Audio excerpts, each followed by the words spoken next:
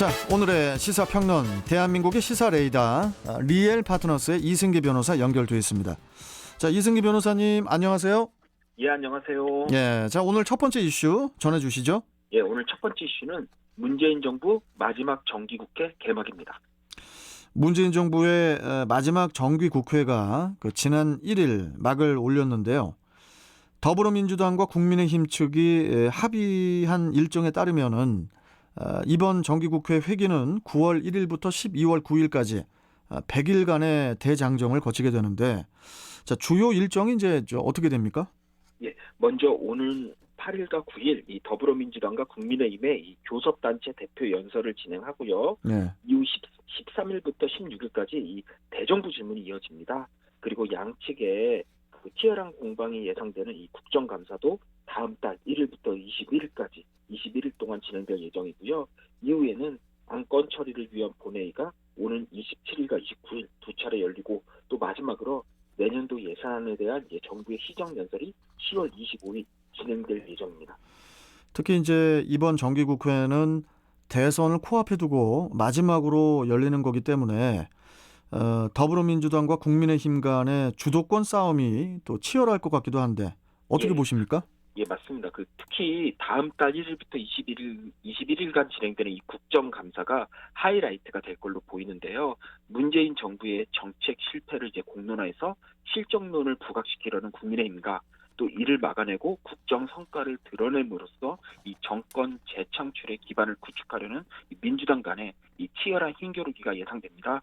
결국 이번 정기국회는 대선을 앞둔 전초전 성격이 되지 않을까, 이렇게 봅니다. 예. 자, 그리고 이번 정기국회에서 언론중재법 개정안이 과연 통과가 될지도 관심을 모으고 있는데, 이승기 변호사께서는 어떻게 예상하시나요? 예, 더불어민주당이 이 국내의 반발은 물론 이 당 내부에서도 반대 목소리가 나오니까 여기서 입법을 강행하면 그 입법 독주 프레임에 갇힌다라는 판단하에 일단 언론중재법 처리를 9월 말로 미루면서 그 사이에 야당이 국민의힘과의 합의 수순을 밟겠다라는 입장입니다. 그에 반해 국민의힘은 이 독소 조항인 이 징벌적 손해배상제, 그리고 열람 차단 청구권, 그리고 주의 및 중과실 추정 조항을 통째로 드러내지 않으면 합의하지 않겠다라는 입장을 지금 강력히 고수하고 있어서 서로 간의 입장차가 너무 명확한 사안입니다. 네, 입장차가 너무 명확하면은 이 정도면은 합의 자체가 불가한 게 아닌가 이런 생각이 드는데, 결론이 정해진 것 같은데요. 네, 저도 그렇게 보는 게 결국 여야의 입장차가 너무 크니까 9월 말 다시 충돌할 가능성이 높아 보입니다. 결국 네. 민주당이 강행 처리 수순을 밟지 않을까, 이렇게 봅니다. 자, 그리고 지금 부동산 투기 의혹을 받는 국민의힘의 윤희숙 의원의 사퇴한 처리를 두고도 여야 간 공방이 있을 것 같은데, 윤 의원은 이미 국회에서 방도 빼고 사퇴 의사가 명확한 것 같아요. 예, 급여 역시도 이제 그대로 반환하겠다라고 밝혔는데요. 네. 윤 의원을 보면은 그 의도는 충분히 이해가 됩니다. 부동산 의혹에 연루된 만큼 의원직을 사퇴해서라도 내로남불 논란에서 벗어나고 책임 정치를 하겠다라는 건데요. 감옥에 가서까지도 국회의원직을 유지하며 세배를 받는 그런 의원도 있는 상황에서 의미가 있는 행동인 거는 맞습니다. 네. 하지만 또 다른 측면에서 보면은 윤 의원은 이제 지역구 국회의원입니다.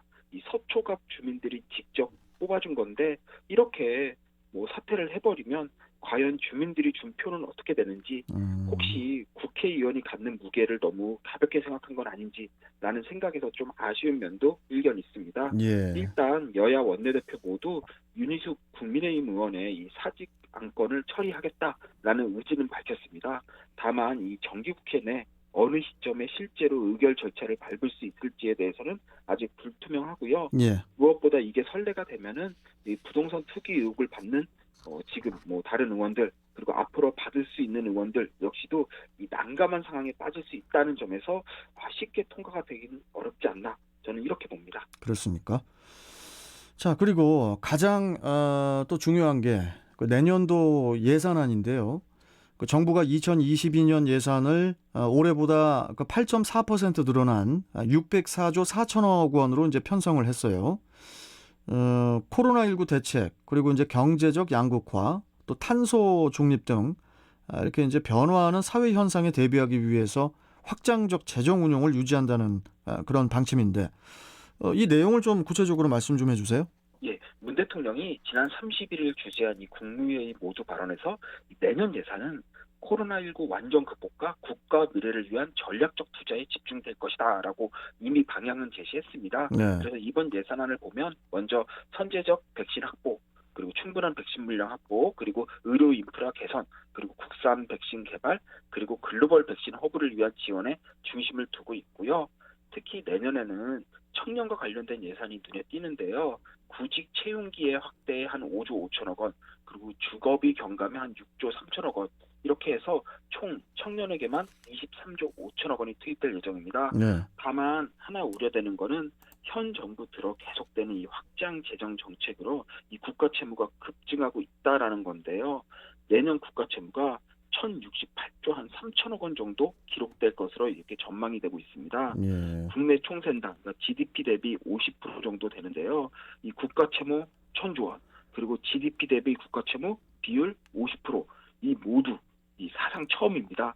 그렇다 보니까 재정 건전성에 빨간불이 켜졌다라는 관측인데요. 이 부분은 아마 향후 새로 취임할 대통령이 아마 가장 우선순위에 두고 이제 처리해야 될 문제가 아닌가. 아마 가장 이제는 아마 스트레스를 많이 받은 문제가 아닌가. 그렇게 예상이 됩니다. 알겠습니다. 자, 두 번째 이슈 전해주시죠. 예, 다음 이슈는 의료 대란 피했다. 보건의료노조 총파업 철회입니다. 자, 보건의료노조와 보건복지부가 총파업을 5시간 앞둔 새벽 2시경 극적 합의를 했다는 그런 소식 들으셨을 텐데요. 일단 우려했던 의료 대란은 피하게 됐다는 점에서 정말 다행입니다. 예, 그 복지부와 보건의료노조가 지난 1일 오후 3시부터 무려 다음 날인 2일 오전 2시까지 약 11시간 동안에 걸친 이 마라톤 회의를 하며 협상 결과 발표 시간을 2차례 연기할 정도로 정말 팽팽하게 신경전을 펼쳤습니다. 네. 하지만 이 결국에는 이 코로나19 극복이라는 대전제 하에서 정부와 노조가 이제 한 걸음씩 양보하면서 최종 합의에 이르게 됐는데요.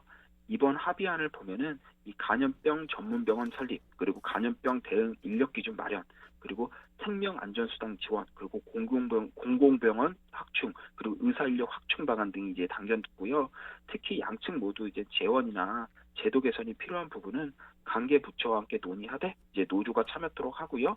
또 복지부와 국무총리실에서 부처 간 협의가 잘 될 수 있도록 주도하도록 그런 내용도 이제 합의안에 포함이 됐습니다. 네. 다만 이번 이 노조의 파업 처리에도 불구하고 지금 이제 고려대 의료원과 한양대 의료원 또 부산대 병원을 비롯해 전국 여러 개 10개 정도의 이제 주요 대학병원이 어제인 2일부터 파업에 돌입했습니다. 뭐 근무 여건 개선도 있고요. 또 뭐 업무 과중도 있고 뭐 예. 여러 가지가 있는데요. 일단 병원 측도 코로나19 4차 대유행 상황을 고려해서 적극 협상에 나선다고 하니까 조만간 협의가 되지 않을까 이렇게 보이고요.